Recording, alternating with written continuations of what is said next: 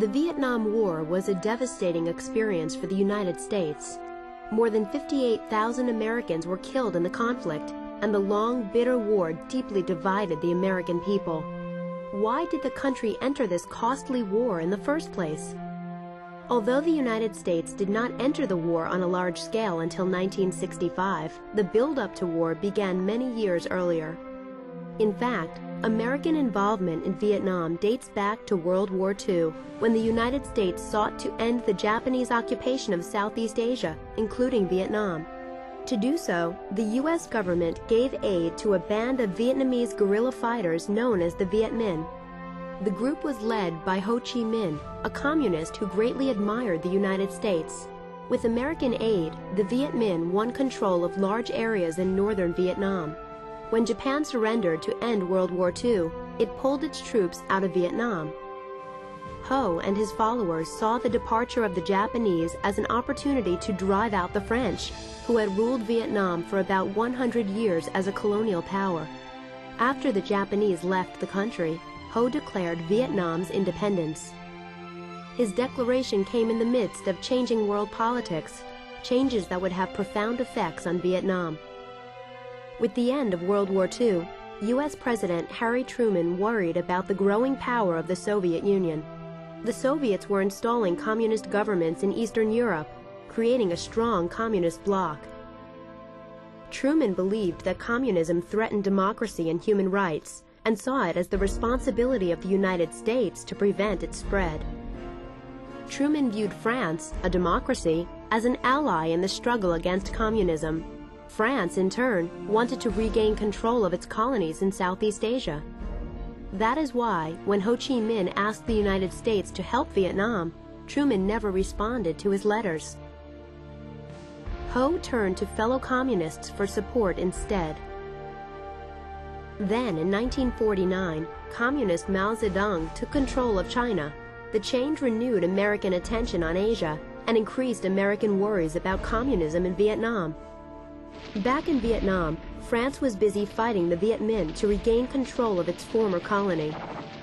Both China and the Soviet Union were supporting Ho's forces. To prevent Vietnam from falling into communist hands, the United States pledged economic and military support to the French. In 1953, Dwight D. Eisenhower became president. He and his advisors worried that if Vietnam turned communist, the rest of Southeast Asia would follow in turn. This idea, called the domino theory, would shape American actions in Vietnam for years to come. Then, in 1954, the French lost the vital battle of Dien Bien Phu. Weary of war, they prepared to withdraw from Vietnam. By international agreement, Vietnam was divided in half at the 17th parallel. Ho was allowed to control the northern half. Anti-communist forces held the southern half. The agreement also called for elections to be held so that Vietnam would be united under one leader. Ho was expected to win. But the United States had no desire for Vietnam to be unified under a communist leader. The elections never took place. The United States started providing economic and military aid to the South Vietnamese government, led by Ngo Dinh Diem. Diem was unpopular, however, and many in South Vietnam opposed his rule. Communists in the South formed a group known as the National Liberation Front. They sought to overthrow Diem and unite North and South Vietnam. NLF guerrilla fighters called the Viet Cong destroyed roads and bridges in the South and assassinated government officials. They carried out these attacks with the help of North Vietnam. After John F. Kennedy was elected president in 1960, U.S. involvement in Vietnam took a new turn. Soviet leader Nikita Khrushchev had promised to back all wars of national liberation, like the one in Vietnam.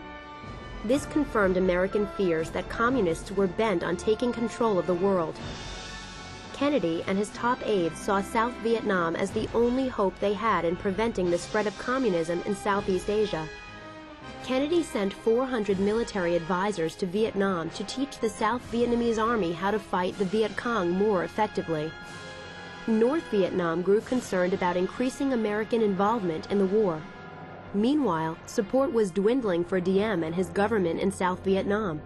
Diem showed favoritism to fellow Catholics, which angered the mostly Buddhist population of South Vietnam.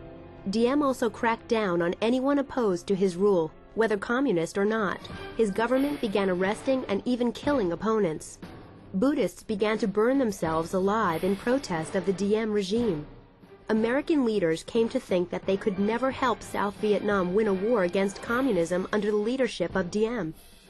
To alleviate this problem, the United States backed a military coup to replace him. In November 1963, Diem was removed from power and assassinated.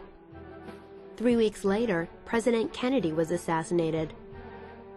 Vice President Lyndon B. Johnson was inaugurated as the new president. Johnson was a firm believer in the domino theory and did not want to be the president who let Southeast Asia fall to the communists. Johnson also thought that pulling out of Vietnam would destroy American credibility, since 2 prior presidents had pledged their devotion to a free South Vietnam. In January 1964, another coup took place, and General Nguyen Khanh became the new leader of South Vietnam. The United States began to support Khanh in hopes of obtaining a stable government in South Vietnam. Khanh was unable to build a strong base of support, however. The lack of a strong leader would make it very difficult for South Vietnam to defeat the communists. Then, in August 1964, the fighting took a new turn. An American destroyer, the USS Maddox, was patrolling the Gulf of Tonkin off the coast of North Vietnam when North Vietnamese torpedo boats began to fire at it. 2 days later, the Maddox reported it was under attack again. The attacks infuriated President Johnson. He ordered airstrikes against North Vietnam in retaliation. He also asked Congress to pass the Gulf of Tonkin Resolution, which granted the president permission to do anything necessary to repel any armed attack against the forces of the United States and to prevent further aggression. The resolution allowed Johnson to send troops to fight in Vietnam without having to ask Congress for a declaration of war. Johnson began developing a strategy for complete American involvement in the war. Meanwhile, the Viet Cong were making more attacks on American positions. In February 1965, the Viet Cong initiated an attack on Pleiku, an airbase north of Saigon, killing 8 Americans and wounding many more. The political situation was worsening in South Vietnam too.